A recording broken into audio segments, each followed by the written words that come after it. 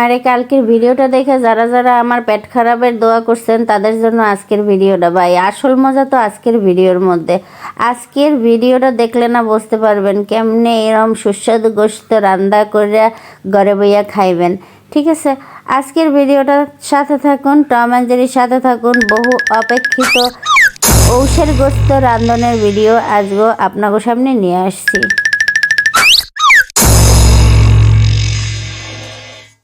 এই একটা জিনিসে আমি সবসময় পাগল হয়ে থাকি। আমাকে দেখিয়ে দিবেন না, আমি ডিম পিৎজা বানাচ্ছি। তাই? এই দেখো আমি ডিম পিৎজা বানাচ্ছি। তোমাকে দেখিয়ে দিতে হবে? হ্যাঁ এই দেখো অনেক ডিম পিৎজা। অনেক ডিম পিৎজা? হ্যাঁ এটা ডিম পিৎজা, এটা বাবার জন্য বানাচ্ছি, আমার জন্য বানাচ্ছি। এখন তুমি 1:45টার সময় ডিম পিৎজা খাবে? 1:00 বাজে? এখানে তো 1:45 বাজে নেই, এটা তো 9টা বাজে। 9টা না, এটা হচ্ছে ওই দেখো ছোট কাটাটা হচ্ছে 1-এর কাছে আর বড় কাটাটা হচ্ছে 9-এর কাছে। এটাকে বলে এক। হ্যাঁ কাটতে দেছো?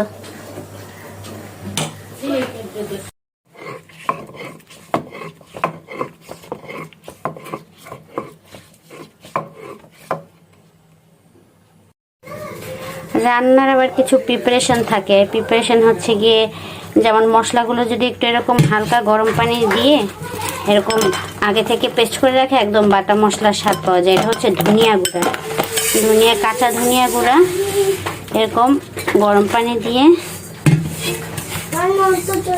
এরকম করে পেস্ট করে নিতে হবে। পেস্ট করে কিছুক্ষণ রেখে দিতে হবে, তাইলে এই জিনিসটার টেস্টটা ভালো হয়ে যাবে। এখানে হচ্ছে এলাচ বেটে পিষে রেখেছি, আর এখানে হচ্ছে আদা আর মরিচ বাটা, এটা তো দেখালাম। রসুন, আস্ত রসুন দিয়ে দিব, কিছু কোয়া রসুন আর কিছু কাটা রসুন আর পেঁয়াজ আর বাটা রসুনও আছে। আচ্ছা এখন করব হলুদ। আমি হলুদ কয় চামচ দেব? এটা হচ্ছে 3 চামচ আপাতত দিতে বলছে আম্মু, কারণ আমি হচ্ছে হলুদ আবার বুঝি না কোয়ান্টিটি। অনেক সময় আছে আমি মানে করে ফেলি। আর হচ্ছে মরিচ দিব কয় চামচ আম্মু? 1 চামচ, 2 চামচ, 3 চামচ দেবো? আচ্ছা 3 চামচ আপাতত দেই। যদি ঝাল না হয় সেক্ষেত্রে, এটা কিন্তু অনেক ঝাল ঝাল করে রান্না করা হবে, কারণ হাঁসের মাংসটা একটু ঝাল ঝাল মজা লাগে। এই হচ্ছে গরম পানি, উষ্ণ গরম পানি। বাতের চুলোটা ধরায় না।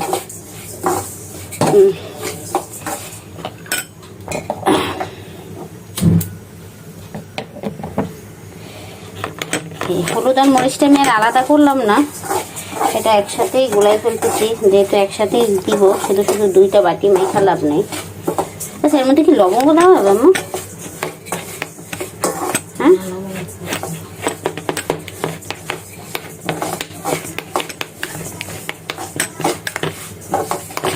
এই দেখুন, মানে অল্প হলুদ মরিচে কতখানি বেড়ে গেছে পানি দেওয়াতে। এটা এরকমই প্রায় 4 কেজির মতো মাংস, 4 কেজির থেকে কম হবে, 3 কেজি হবে হয়তো, 1 কেজির মতো রাখা হয়েছে ফ্রিজে। তো এটা ভালো করে মিক্স করে নেই ব্যাক ক্যামেরায়, কারণ এই দেখেন পড়ে গেছে। ক্যামেরা হাতে ধরে কাজ করে কোনো শান্তি পাওয়া যায় না। এই হচ্ছে মোটামুটি মশলাপাতি। আর যে মশলাপাতিগুলো আছে এগুলো দেখানো হবে পরে, যখন রান্না বসাবো তখন দেখাবো। ঠিক আছে, যত শর্টকাটে দেখানো যায় আর কি। এত ঢং করে ভিডিও করার টাইম নেই আমার কাছে এখন আর। আচ্ছা ঠিক আছে, রাখি এখন। এখানে হচ্ছে জিরা ভাজা হচ্ছে, যেটা আমরা করি এরকম হালকা ধিমি আছে। এটাকে একদম টাটকা করে ভেজে কিছুক্ষণ আর কি নর্মাল ঠান্ডা করি, তারপর ব্যালেন্ড করে একদম গুঁড়ি গুঁড়ি করে ফেলি। এবং এটার যে একটা স্মেল, এত সুন্দর স্মেল আসে, এটা হচ্ছে বলতে পারেন বরিশালের মানুষ খুব বেশি খায়। কারণ অন্যান্য ডিস্ট্রিক্টে আমি যে জিনিসটা দেখছি, আমি তো অনেক মানুষের সাথে ওঠা বসা করেছি জীবনে, অন্যান্য ডিস্ট্রিক্টের মানুষ মাংসের মধ্যে ম্যাক্সিমাম কাঁচা জিরাটা ইউজ করে, আর আমাদের বরিশালের মানুষরা টালা জিরাটা ইউজ করে। আর আমাদের বরিশালের মানুষের আবার একটা মানে আছে, সমস্যা আছে, কাঁচা জিরা দিয়ে মাংস রান্না করলে তারা আলাদা একটা স্মেল পায়, তারা সেই মাংসটা খেতে পছন্দ করে না। এখন তো অনেক রেডি মশলা, কিন্তু এই মশলাটা আমরা ইউজ করব যে কোনো তরকারিতে, এই টালা জিরাটা ইউজ করা হবেই হবে। ব্লেন্ড করে ওই মশলাটা বানাবো। আর আম্মু নাকি আজকে একটু কাঁচা জিরাও দিবে অন্যান্য ডিস্ট্রিক্টের মতো, এই জন্য আম্মু কাঁচা জিরা বাটতেছে। তো আমার কাঁচা জিরার মাংস বেশি ভালো লাগে না, মানে যারা যেটা খেয়ে অভ্যস্ত, এটা আমি কোনো এলাকার দোষ দিব না। এখন ধরেন যে এলাকায় যারা থাকে তারা কিন্তু সেটা ছোটবেলা খেতে খেতে অভ্যস্ত।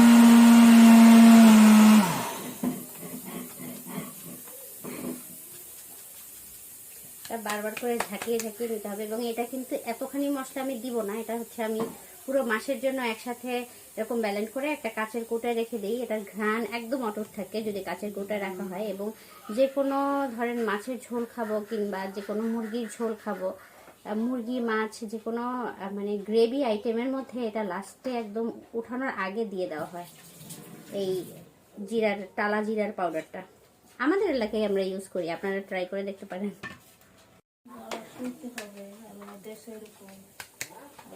এই কাঁচের জারে এখন ইয়া করব, এই যে কফির কাজ।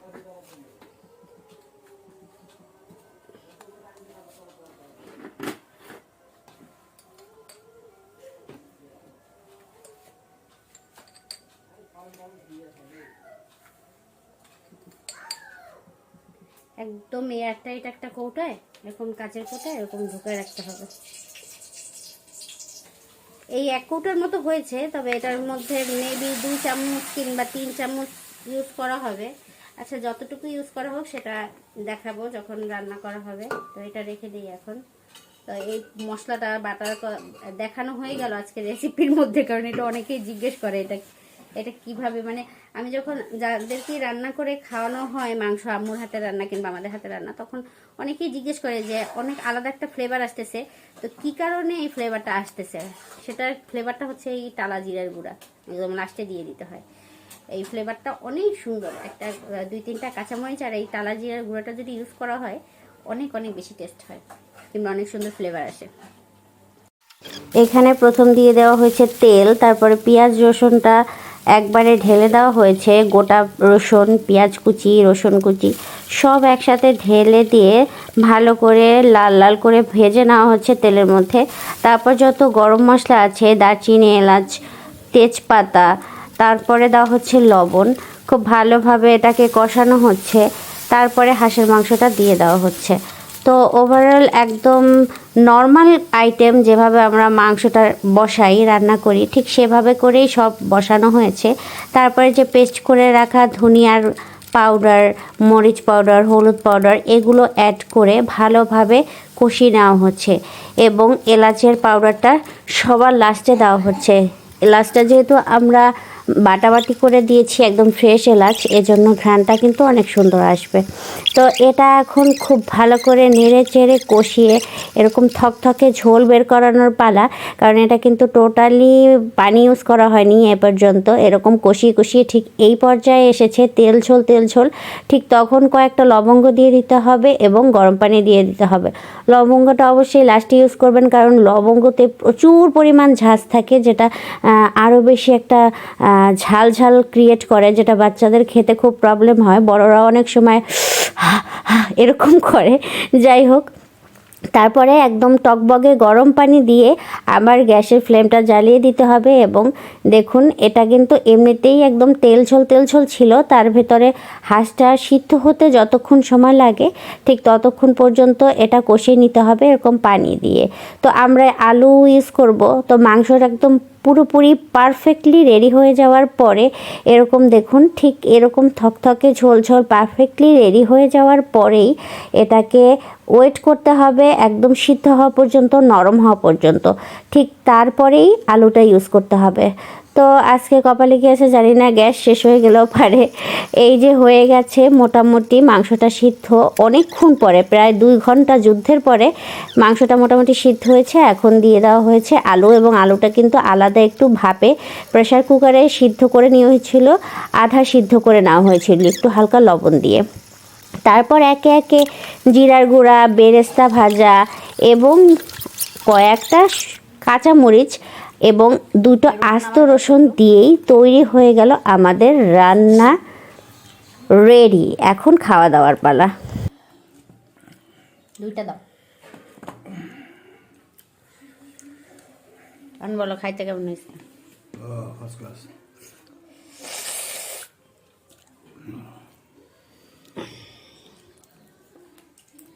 তো হাঁসের মাংসের টেস্টটা কেমন হয়েছিল সেটা নিশ্চয়ই আমি মনে করি না বলার কিছু আছে। আমার জামাইয়ের খানাপিনা দেখেই বুঝতে পেরেছেন যে সেটা কীরকম হয়েছিল। আস্তে আস্তে এক বাটি নেওয়া হয়েছে, সব বাটি সাবার করে ফেলেছে এবং আমিও খাচ্ছিলাম খুব মজা করে। এত মজার রাজহাঁসের মাংস কবে যে খেয়েছি ছোটোবেলা থেকে এখন পর্যন্ত মনে নেই, অনেক বেশি টেস্ট হয়েছিল, কি বলবো। আল্লাহ হাফিজ, বাই বাই, টাটা। নতুন কোনো ভিডিও নেই, দেখা হয়ে যাবে আপনাদের সাথে।